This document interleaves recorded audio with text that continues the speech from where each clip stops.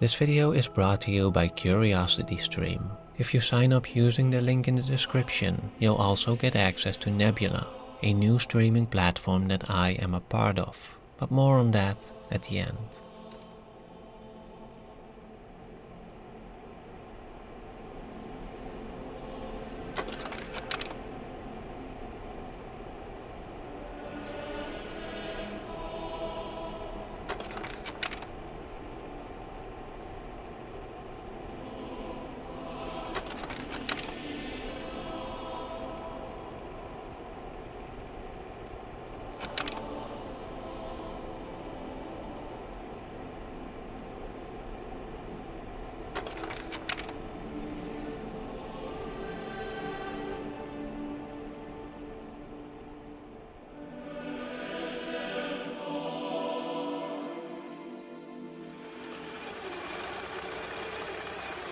Somewhere in Moscow, a precocious violinist becomes enamored with a steamroller. The driver finds respite in the young boy's musical talent. A brief friendship develops, until external circumstances force them back onto their own paths. After all, they both have to do what they must, and yet they can dream.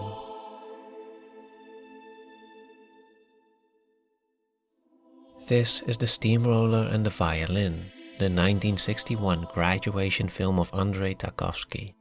Besides giving us a unique look into Soviet culture, it also paved the way for his first feature film, Ivan's Childhood, a story about an orphan who, during the Second World War, serves in the army as a scout where he befriends 3 Soviet officers. We already see some recurring elements here, like the contrast between moments of blissful beauty and harsh realities, the motive of mirrors and reflections, and the portrayal of dreams and memories. For Tarkovsky, Ivan's Childhood was a test to see whether or not he had it in him to be a film director. This wasn't because he questioned his technical capabilities, but because he wondered if cinema was the right vehicle to achieve his aspirations. He believed that, before getting into the particulars of any artistic endeavor, one first has to define the purpose of art in general. Why does it even exist? Who is it for? Вот, скажем, музыка. Она и с действительностью-то менее всего связана. Вернее, если и связана, то безыдейно, механически, пустым звуком, без ассоциаций. И тем не менее музыка каким-то чудом проникает в самую душу. Что же резонирует у нас в ответ на приведенный к гармонии шум? И превращает его для нас в источник высокого наслаждения, и объединяет, и потрясает. Для чего все это нужно? И главное, кому? There's an intangible quality to being human. A potential for deep emotional experiences which cannot be grasped through logic or reason, which cannot even be truly described in words, but which can be felt intuitively, intimately. It is in this both obvious as well as elusive aspect of the human condition that Tarkovsky saw something transcendental, something that can only be captured through art. It appears as a revelation he wrote in his book Sculpting in Time, as a momentary passionate wish to grasp intuitively and at a stroke all the laws of this world, its beauty and ugliness, its compassion and cruelty, its infinity and its limitations. In this sense, art comes much closer to being a spiritual experience, and its creation an act of faith.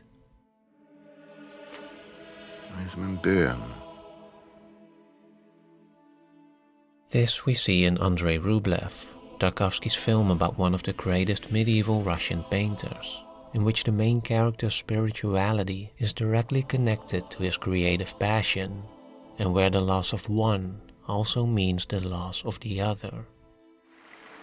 Использовать наше пребывание здесь, на земле, для того, чтобы духовно возвыситься. Это означает, что искусство должно наше служить, так сказать, для этого. Tarkovsky used his artistic medium in a similar way. He wasn't just making films, he was exploring our world in search for understanding, for a meaning to our existence. In a way, he was praying through cinema. He answered the timeless and insatiable longing to connect to the world, to have a reflection, or rather, an affirmation of our innermost being.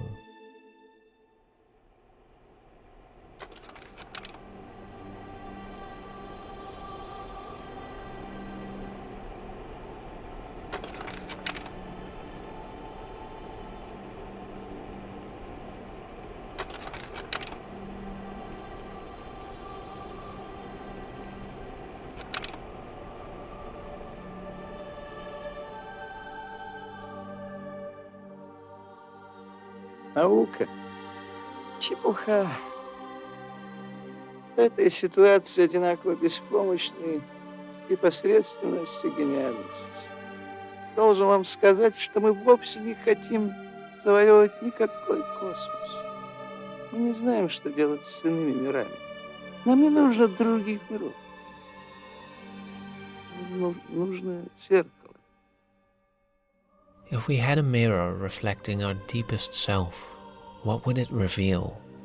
It was clear to Tarkovsky that we wouldn't see our experiences as a linear sequence of events, captured objectively and logically into what could be called a plot.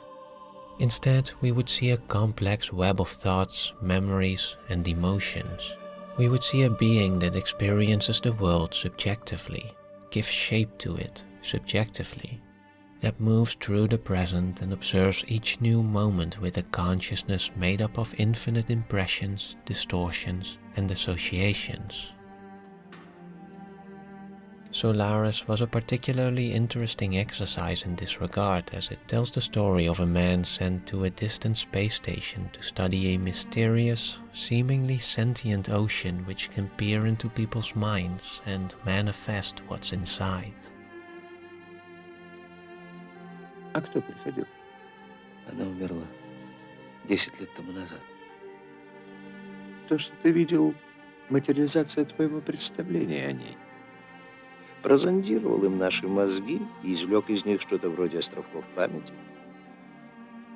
Tarkovsky, however, considers Solaris to be one of his lesser films, as he felt too restricted by working within a specific genre.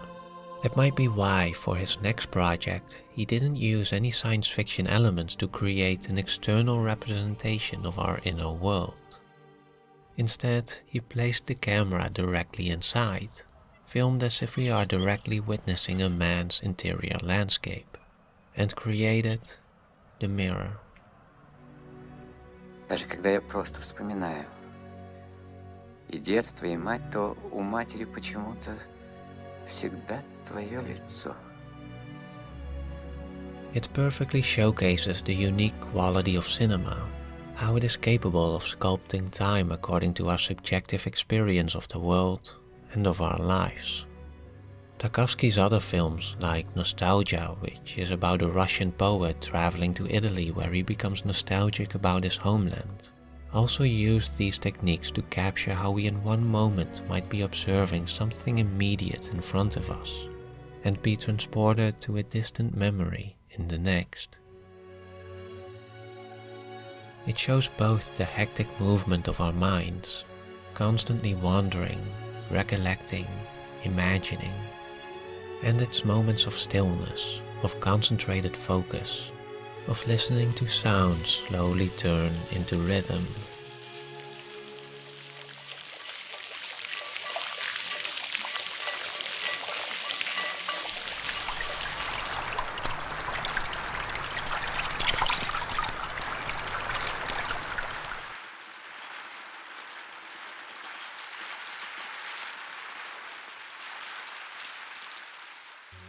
In this sense, cinema articulates the relation between time and the individual, how our minds merge the past and present into one plane of existence, in which time is simultaneously compressed, stretched, and rearranged.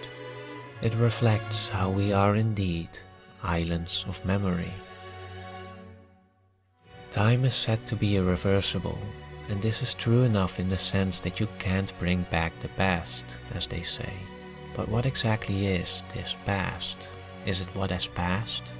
And what does past mean for a person when for each of us the past is the bearer of all that is constant in the reality of the present, of each current moment?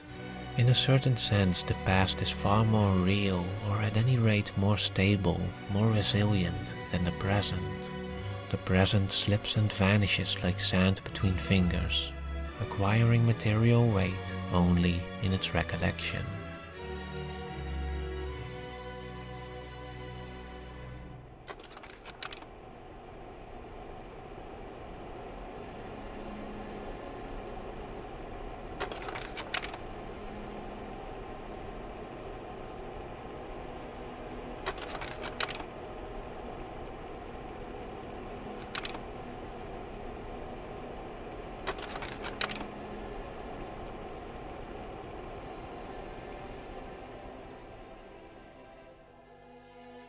The role of the director also becomes apparent here, for how does one effectively capture which cannot be directly observed? How to organize that which defies time as a linear concept? How to construct that which seems to break the rules of our material reality? In their effort to create a meaningful reflection of who we are, of our histories, and of our dreams, directors must navigate the infinitely complex nature of our being, explore its vastness in both time and space, and find a way to make it not only comprehensible, but also relatable, recognizable. After all, a mirror is only as effective as it is revealing. Tarkovsky believed that to succeed in this seemingly impossible task, directors must work with striking imagery, with that which signifies the distinctively human. Take for example how Tarkovsky shows despair through a woman who watches a burning house while sitting on a well, or how he shows our connection to home through a man going to a hotel bathroom and reaching for the light on the wrong side of the wall. To create images such as these, images that capture deeper emotional truths, directors best trust their own heart, follow their own instinct, and hope that if something resonated with them on a personal level, if something left an impression, however intangible, unexplainable, it will do the same for others. It is the reason why so many of Tarkovsky's films are directly based on his own experiences and include elements that are deeply personal to him. The Mirror is probably best known for almost being autobiographical, but his other films too are filled with moments inspired by childhood memories, artistic introspection, the poems of his father, all the things that invoked some kind of emotion in Tarkovsky, a feeling he is now trying to translate and communicate to us. Помнишь, я почувствовал себя плохо и пошел в 38-й номер отдохнуть.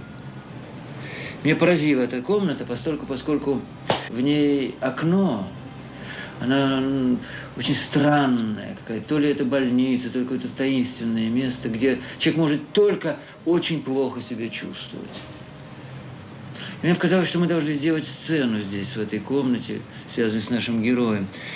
Момент кризиса.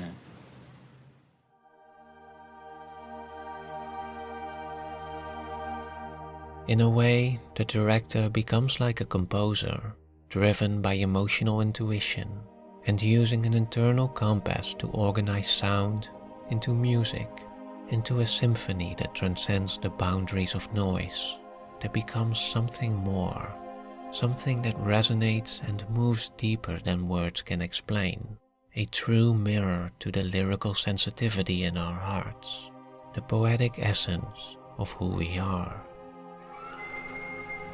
Вот и лето прошло, словно и не бывало.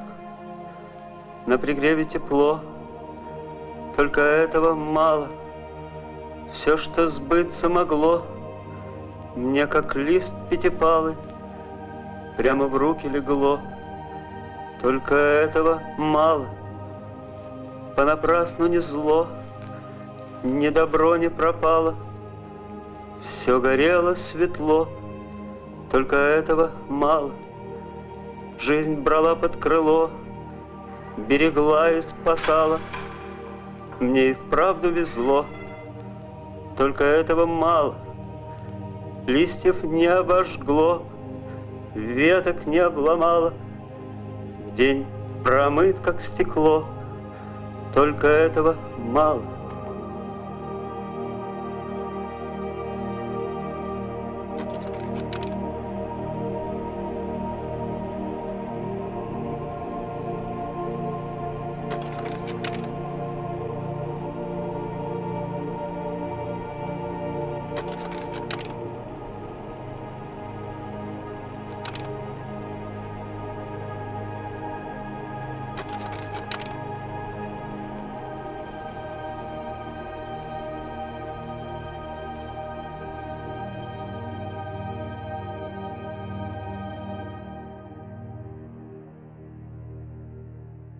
Lastly, there's one final challenge to be overcome here. For when art is used to reach some higher poetic truth or hidden beauty, one has to believe such a thing exists in the first place. And as Tarkovsky shows in so many of his films, this can be difficult in a world that seems to actively discourage people to look past the immediate material reality. In Andrei Rublev, we see a world defined by suffering and war, where the only pleasure is found in hedonistic pursuits. In The Sacrifice, our modern society and our technological progress have stripped the world of its spirituality. Vi har fått en förfärlig disharmoni. En obalans vill säga mellan den materiella utvecklingen och den andliga. Stalker 2 warns against a society that progresses materially but disconnects spiritually. Or more specifically, a society that seeks to conquer the infinite with the finite. The story is centered around a mysterious zone that is said to grant wishes, and the stalker who guides people into this forbidden place. For him, the zone is a place of worship, a symbol of a higher power for those in despair. Это ведь единственное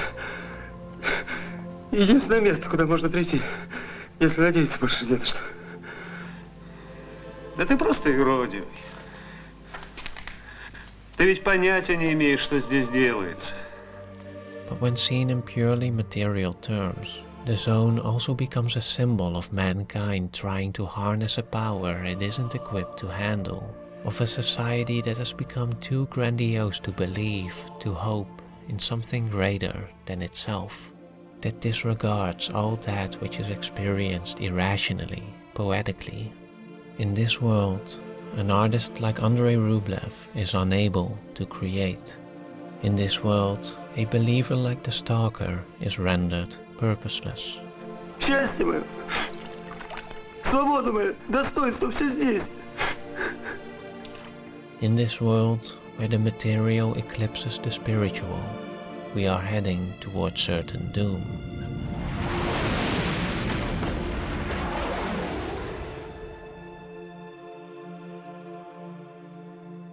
But just as we see the spiritual, and therefore the drive to express oneself artistically, being tested and defeated, so too do we see it reignited again, not because of a miracle or an act of God, but more so because of others, because of their spirit, their works of art, which gave new life to a painter's creative passion and restored this grey world into one full of color, which gave a stalker a new source for the miraculous, and which turned a violent ending into an innocent new beginning.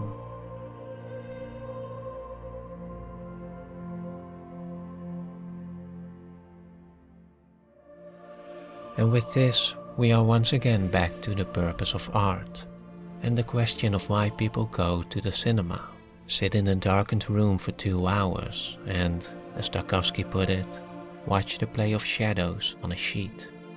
He believed that the reason a person normally watches films is for time lost or spent or not yet had. For cinema, like no other art, has the power to widen, enhance, and concentrate a person's experience, to make it longer, significantly longer. It lets us assimilate ourselves to the world and to others. It inspires us to be humble, compassionate, forgiving. It gives us understanding. It gives us peace. Ultimately, he concluded, the allotted function of art is not, as is often assumed, to put across ideas, to propagate thoughts, to serve as example. The aim of art is to prepare a person for death, to plow and harrow his soul, rendering it capable of turning to good. Här lever vi, här har vi våra bekymmer. Vi hoppas. Vi väntar på någonting. Så dör vi då till slut. Och så föds vi på nytt, men inte minns vi vad som har varit. Ja, så börjar alltihop. Från början. Пусть исполнится то, что задумано. Пусть они поверят. И пусть посмеются над своими страстями. А главное, пусть поверят в себя. И станут беспомощными, как дети. Потому что слабость велика. Поэтому что отвердела.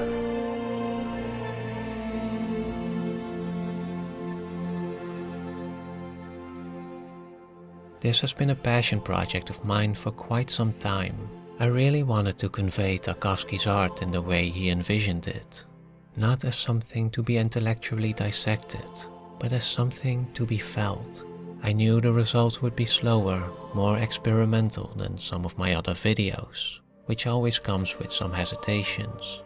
It is because of projects like these that I'm proud to present Nebula, a brand new collaborative project between me and many other creators that places creativity at the very center, and where your support means you're directly supporting us. You can follow all your favorite creators, watch our videos ad-free, and even see some exclusive Nebula originals. Now for the best part, we all know CuriosityStream, the streaming service with thousands of documentaries on science, history, nature and technology, and much, much more. With unlimited access starting at a low price of just $2.99 a month, this already is a great resource for both education and entertainment. But if you go to curiositystream.com/likestoriesofold and use the promo code LikeStoriesOfOld, you will not only get the first 31 days of CuriosityStream for free, but you will also get unlimited access to Nebula. That's right, if you sign up now, our streaming service Nebula will be included in your CuriosityStream subscription. So be sure to check out curiositystream.com/likestoriesofold, use the promo code LikeStoriesOfOld, and start enjoying the countless hours of content today.